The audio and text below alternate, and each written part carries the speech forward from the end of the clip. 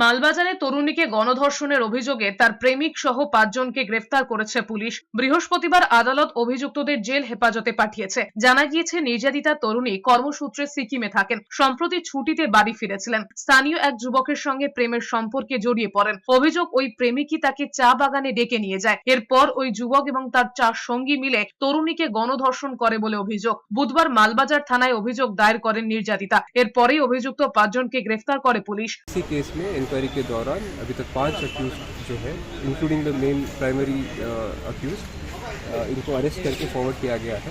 Investigation में जो भी स्टेप्स है वो फर्स्ट प्रायोरिटी से फॉलो किए जा रहे हैं और विक्टिम को लेकर जो सपोर्ट नेसेसरी सपोर्ट है वो एक्सटेंड किया जा रहा है। অন্যদিকে নাবালিকাকে যৌন নির্যাতনের অভিযোগে যাবজ্জীবন সাজা হয়েছে দোষীর। 2020 সেপ্টেম্বরে মালদায় রাম সরকার সহ 7 জনের বিরুদ্ধে নাবালিকাকে যৌন নির্যাতনের অভিযোগ ওঠে। এরপর 4 বছর ধরে মামলা চলে। রামের বিরুদ্ধে পক্সো আইনে মামলা দায়ের হয়। 13 জনের সাক্ষীর ভিত্তিতে রাম সরকারকে দোষী সাব্যস্ত করে আদালত। বাকিদের বিরুদ্ধে অভিযোগ প্রমাণ না হওয়ায় তাদের বেকসুর বলে নির্দেশ দিয়েছে আদালত।